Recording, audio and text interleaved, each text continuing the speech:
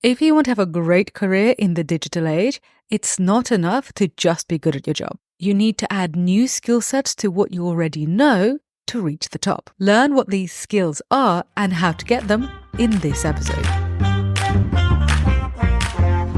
Welcome to the Tech for Non-Techies podcast. I'm your host, tech entrepreneur, executive coach, and Chicago Booth MBA, Sophia Matveeva. My aim here is to help you have a great career in the digital age. In a time when even your coffee shop has an app, you simply have to speak tech. On this podcast, I share core technology concepts, help you relate them to business outcomes, and most importantly, share practical advice on what you can do to become a digital leader today. If you want to have a great career in the digital age, this podcast is for you. Hello, smart people. How are you doing today? It is hot in London today. And in this episode, I want to focus on you, your career specifically.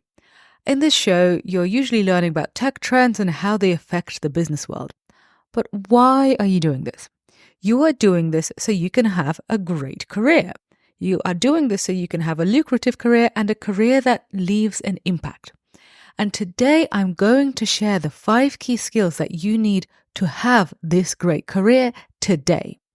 The insights that I'm going to share with you are based on my years of coaching clients through my Digital Leadership Executive Coaching Program. The people who have gone through this program were high achievers before they started working with me, and then this program just helped them get to the next level. So if that sounds like you, keep listening. The program and the episodes are useful for both employees and for entrepreneurs. And I have a task for you today. This is not just passive listening. I want you to listen, and then I want you to pick one of the skills that I list and work on that skill for the next month. Use the insights that you get here to take action, because what is insight without action? Well, it's pretty useless, isn't it? So as you're listening today, ask yourself, where am I strong and where am I weak? Congratulate yourself for the areas where you're strong, because we have to celebrate our wins, and then pick the weakest skill and work on it for just a month. Honestly, in just a month's time, you will be able to see some results in that area, and then you can listen to this episode again and pick another skill. Or if you're listening to this when it comes out in a month's time, it's going to be almost August. So you can take the European approach and take August off to lie on a beach and sip rosé.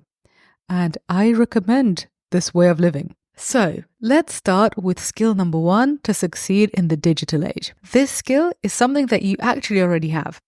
Skill number 1 is your primary skill set or your unique insight. So for example, if you're a lawyer, this is going to be your knowledge of the law. If you work in corporate strategy, then your skill set is going to be business strategy.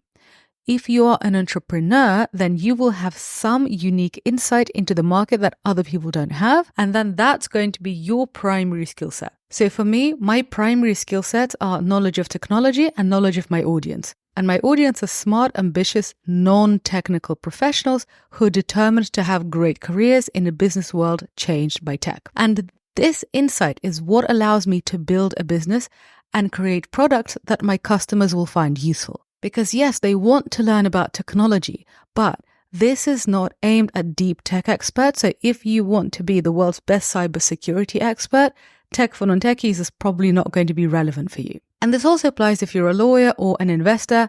So you have your main skill set and that skill set pays the bills. And in many cases, I cannot help you with your primary skill set. But I've included it in this list today because I don't want you to neglect your primary skill set when you start learning other skills. Think of your main skill set like the bark of a tree, and then the other skill sets are like the branches. And as you progress in your career, you will need to balance keeping your primary skill set updated and then adding knowledge on top of it. Your primary skill set will get you to a mid-level point in your career, but that's kind of where it tops out. If you want to go further, you have to learn more. So what's skill set 2? You have to learn to speak tech, but you don't have to learn to do tech. And this means knowing how an app or an algorithm gets built, but it does not mean having to build these products yourself. If you know how something is built, you know how to collaborate with your tech colleagues, and this is vital. because the first step to leadership is collaboration. So for example, let's say you work in a finance department of a major corporate. You could work with data scientists to identify how money is being spent across different departments, and then you could use that to make predictions for the next quarter. You don't actually have to do this data science analysis yourself, but when you work with a data scientist, you have to tell them what to look out for. So for example, should they contrast different quarters? Or should they contrast the same quarter across different years? What kinds of behaviors are they looking for? Or does it make sense for a retailer to compare Christmas data to August data? Well, when you're the industry expert, you will know the answers to these questions, but the tech expert won't. But what the tech expert will know is they will actually know how to gather the data and find insights. They just don't know what insights they're looking for. This is why you need each other. If you have a basic grasp of what developers, product managers, designers, and data scientists do, you will be able to make good use of them. And I know that this sounds complicated, but I promise you it is not. My How to Speak Tech for Leaders course, which you can get at Tech for Non-Techies, is literally 5 weeks long, and you can get 90 minutes worth of learning content every week. And students have taken it, repeatedly tell me that this course gives them the knowledge and confidence that they need to work with their tech colleagues. So that's 5 times 90 minutes. It's literally not that much to open up the multi-trillion-dollar opportunity of digital transformation. And honestly, you've probably invested more time watching a show you didn't even really like on Netflix. And now, let's move on to skill 3. Skill 3 is closely related, but not the same as skill 2. It is learn how to use AI. AI tools can help you work faster and thus get more work done. So just learn how to use a couple of them. And you don't have to become a super whiz and create an animated movie with it. Honestly, just do simple things to speed up your productivity. You can use ChatGPT or Claude to help you draft emails or to give you ideas for LinkedIn posts. And honestly, that's really quite useful. If you're not that keen to do it, I understand it's summer, you want to go and do some fun stuff. But just listen to this. There are people in your industry who are doing this already. And because they're doing this, they are more productive. And then if these people then start competing with you for a job, they will just have a better chance of getting it. And that would suck. And I don't want that for you because I love you, because you're my listener and I think you're great. So honestly, if this is your weakest skill set, obviously listen to the end to find out, but if you realize that this is your weakest skill set, just 4 weeks, 90 minutes a week, and you'll be in a completely different place, I promise you. Okay, now let's move on to career skill number 4 that you need to succeed in the digital age. You have to master personal branding to be seen as a digital leader. And this means that you have to learn how to get known for your expertise and how your expertise is relevant in the digital age, because that's what makes you future-proof. And here, I'm not telling you to become a Kardashian and post photos of your lattes or of your derriere, because Kim Kardashian is known for being herself. She's famous for being famous. And if you're a knowledge worker, that's not going to be relevant for you. If you're a knowledge worker, you have to be known for your ideas. This is what will make clients and job opportunities come to you. And the easiest thing to do is to just write a weekly post on LinkedIn. And if you tell me that you've got no ideas to share, well, my darling, I do not believe you. Here are a couple of questions to get you started. Question 1. What do most people get wrong about your industry? Question 2. What are the top books that you think people in your industry should read? Literally, I just gave you 2 topics to create content about for your LinkedIn. And if you still don't want to do this, listen to the story. So one of my executive coaching clients he started working with me last September, and he wrote a LinkedIn post every week for 3 months. Actually, he might have missed a week or 2, but generally he was pretty consistent for 3 months. After that 3-month period of 1 post per week, BCG, the massive consulting company, contacted him and asked him if he could get on some Zoom calls with them to talk about his industry. And they paid him $500 an hour. He literally had to do no preparation, no slides, no anything. He just had to turn up and be sober and answer their questions about industry trends for $500 an hour. And he already had a full-time job, so this was literally just play money. And he did this a few times, and this paid for his Christmas vacation. So this stuff works. And also, my clients get a massive return on investment from working with me. And now let's move on to skill number 5 to succeed in the digital age. And that skill is managing your mind. Whenever you're doing something new, you are not going to be good at it. And you're going to be nervous and you'll want to quit. And this is normal. But in order for us to build careers that we're proud of and that inspire others, we constantly have to do new things.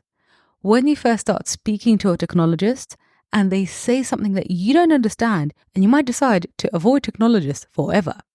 Or you might be so terrified of being judged by your peers that you never post anything on LinkedIn. And this is the route to mediocrity, my friend. This is the route to staying small. If you're listening to this podcast, I know you don't want mediocrity. You want to be a great success. And for that, knowing how to manage your mindset is an absolutely essential skill. You know, often my executive coaching clients start off with learning specific skills like learning to speak tech or repositioning themselves on LinkedIn, but they make the biggest leaps forward when they learn how to manage their minds. And this isn't some fluffy woo-woo stuff. This skill set will actually get you promoted, get you the best clients, and help you make more money. So I want you to take it seriously. Now, remember my question to you from the beginning of this episode. Which of these skill sets are you weakest in? Which of these skill sets are you strongest in? Congratulate yourself for being strong in a skill set, take the win, and then let's focus on the weakest link. Pick that weakest skill set and just give it a month. Let's say that you'll spend 90 minutes per week for 4 weeks honing that skill set. And you will see a difference, I promise you. And now let's recap what these skills are so you can pick one. Skill number 1, that's your main skill set. This is the skill or insight that you trained for and that pays the bills. Skill number 2 is to learn to speak tech, which is not the same as doing tech. Skill number 3 is to get AI savvy. Learn how to use AI tools to become more productive. Skill number 4 is master personal branding to become a recognized expert in your field. And this is how opportunities come to you. And skill number 5, manage your mind. Do not let it manage you. And if this episode resonated with you, you might be a great fit for my digital leadership executive coaching program. My clients have used it to run businesses as non-technical founders, and you've heard some of them on the show. Other clients have used it to switch careers from traditional businesses to tech companies.